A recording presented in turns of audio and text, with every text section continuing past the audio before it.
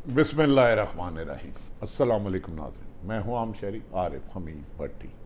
پاکستان کی وطن عزیز کی سیاست میں تحریک انصاف کے چیئرمین کے گرد ہی گھومتی ہے، گو کہ ان کو دکھانے پر نیشنل میڈیا پر پابندی ہے، لیکن 25 کروڑ عوام ان کی طرف دیکھ رہی ہے اور دوسری طرف پی ڈی ایم کی چند جماعتیں انہیں ختم کرنا چاہ رہی ہیں، جیسے ہی جس میں انہیں مسلسل ناکامی کا سامنا ہے۔ تحریک انصاف کے چیئرمین اس وقت جس کیس میں جیل میں قید ہیں، آج اسلام آباد ہائی کورٹ میں اس کے حوالے سے متعلقہ 2 درخواستوں پر سماعت ہوئی، جس پر جھوٹ کے پلندے کو بے نقاب کر دیا گیا۔ سچ کی ایک اپنی طاقت ہوتی ہے، کوئی بھی شخص جس کے ساتھ عوامی طاقت شامل ہو اسے جیل میں بند کر کے کمزور نہیں کیا جا سکتا، بلکہ وقت اسے مضبوط کر دیتا ہے اور لوگوں کی دعائیں اور لوگوں کی سپورٹ ہمت دے دیتی ہے۔ اور پی ڈی ایم کی 13 جماعتیں ہر قسم کی حکومتی اقتدار کے مزے لینے کے باوجود بھی اپنے آپ کو عوام میں لے جانے سے گریز کر رہے ہیں یا ملک سے بھاگ جاتے ہیں۔ سب سے پہلے تو ناظرین، عمران خان کو جس سیل میں رکھا گیا ہے، چند حقائق آپ کے سامنے رکھتے ہیں، اس کے حالات آپ کے سامنے رکھ دیتے ہیں، پھر فیصلہ آپ کریں اور جھوٹا پراپوگنڈے والا پر اللہ منہ کالا اس کا کرے۔ ناظرین، جب چیف جسٹس عمر عطا بندیال نے عمران خان کی جیل میں حالت سے متعلق رپورٹ طلب کی تھی تو اس سے اگلے دن ہی ایک رپورٹ سامنے لائی گئی جس میں دعویٰ کیا گیا، جو حقائق کے بالکل برعکس ہے۔ دعویٰ کیا گیا تھا اس رپورٹ کے مطابق سرکاری کہ عمران خان کو بیٹر کلاس فراہم کی گئی ہے، بہتر کلاس فراہم کر دی گئی ہے۔ اس رپورٹ میں جھوٹا دعویٰ کیا گیا تھا مبینہ، اور کھانے میں دال اور سبزیوں کے علاوہ مرغ اور دیسی بکرے کا گوشت بھی دیا جاتا ہے، اور وہ بھی دیسی گھی میں پکا ہوا۔ اندازہ کرے اس قدر جھوٹ کہ چیف جسٹس صاحب کو بھیجنے والی رپورٹ مبینہ طور پر جعلی نکلی۔ جب بکرے کا گوشت، اس کے علاوہ دعویٰ کیا گیا تھا کہ سابق چیئرمین تحریک انصاف عمران خان کو سونے کے لیے بیڈ اور میٹرس بھی فراہم کر دیا گیا ہے، اس دعویٰ کے مطابق تھا۔ اس رپورٹ کے اگلے دن ہی عمران خان کے وکیل، جو آئینی ماہر ہیں، نہایت ان کا معتبر نام ہے، سلمان صفدر، انہیں ملنے اٹک جیل جاتے ہیں تو وہاں جھوٹ کا پلندہ بے نقاب ہو جاتا ہے، سچ سامنے آ جاتا ہے۔ اس رپورٹ میں جعل سازی مبینہ طور پر کس نے کی، کس نے کروائی، یہ تو جسٹس صاحب ہی پوچھ سکتے ہیں، لیکن حقائق میں آپ کے سامنے رکھ سکتا ہوں۔ صفدر جب ملنے گئے تو کھانے سے متعلق عمران خان نے بتایا کہ دیسی گھی میں بنے مرغ اور بکرے کی صرف کہانیاں ہی ہیں، اس کا حقیقت سے کوئی تعلق نہیں، یہ جو رپورٹ دی گئی ہے مذاقہ خیز ہے۔ مجھے حیرت ہے کہ میں جسی بھی حالات میں رکھا گیا، میں نے اپنے آپ کو جیل سے ایڈجسٹ کر دیا گیا، لیکن اتنی جھوٹی اور بے بنیاد رپورٹ کا میرے اٹک جیل میں بند ہونے سے مرغ مسالہ دیسی گھی کا کوئی وجود نہیں۔ جیل میں کھانے کے لیے دال روٹی ملتی ہے۔ یہ کہہ رہے ہیں جو پاکستان کا ورلڈ کپ جیتا، جس نے پاکستان میں 3 کینسر ہسپتال بنائے اور دنیا میں پاکستان کا نام کوشی ہے، سابق وزیر اعظم عمران خان کہہ رہے ہیں کہ جیل میں کھانے کو دال روٹی ملتی ہے اور چکن نام پر پتلے شوربے کا جس میں مرچیں الگ تیر رہی ہوتی ہیں، مسالہ الگ تیر رہا ہوتا ہے، اور ڈبکی بھی ماریں تو کوئی بوٹی نہیں آتی، سالن دیا جاتا ہے۔ یہ ہیں وہ حقائق جو 25 کروڑ عوام اور اوورسیز پاکستانی سے ان کے لیڈر کے متعلق چھپائے جا رہے ہیں۔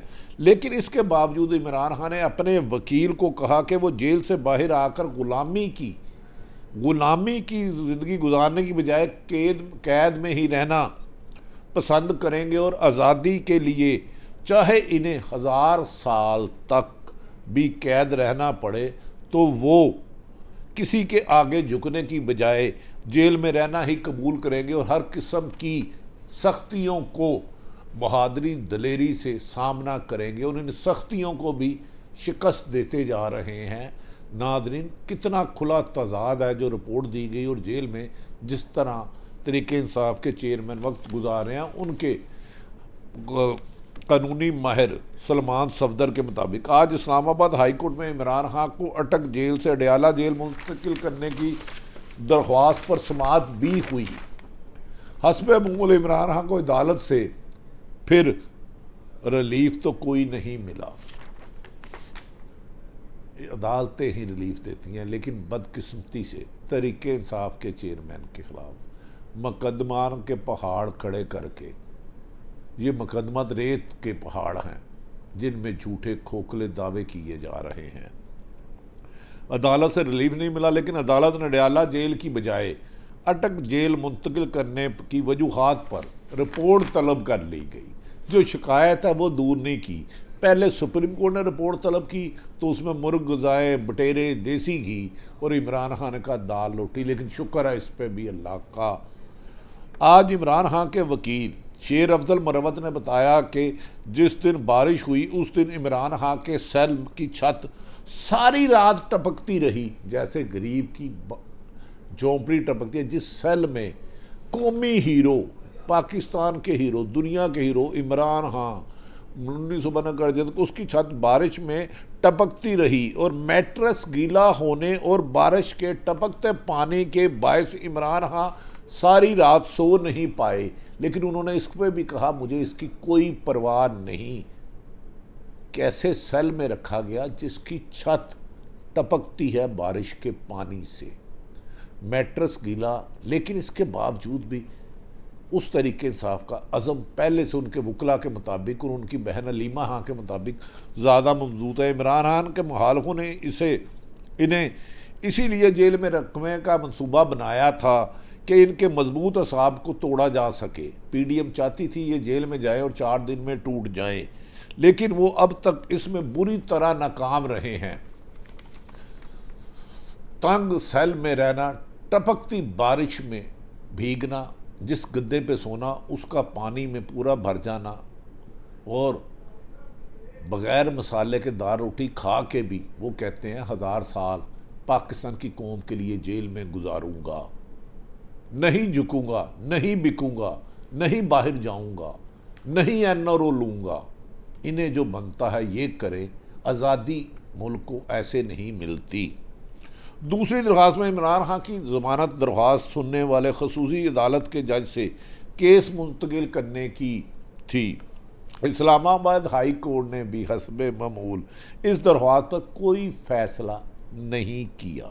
سائفر کیس کی سماعت کرنے والے فاضل جج صاحب محترم ابو الحسنات اچانک ایک ہفتے کی چھٹی پر چلے گئے۔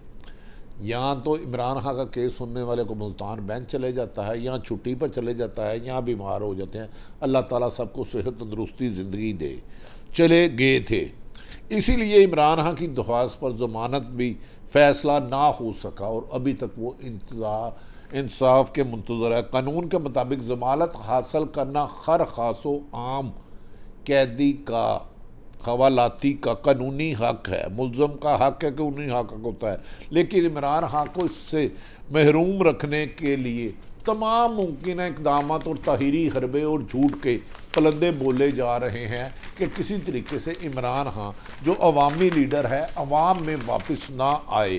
دوسری جانب پرویز الہی کو ایک مضحکہ خیز کیس میں 2 دن کے جسمانی ریمانڈ پر پولیس کے حوالے کر دیا گیا۔ آج جب پرویز الہی کو عدالت میں پیش کیا گیا تو ناظرین صحافیوں نے سوال کیا کہ کیا آپ پریس کانفرنس کریں گے، یعنی کہ تحریک انصاف کے جو صدر ہیں پارٹی چھوڑ دیں گے؟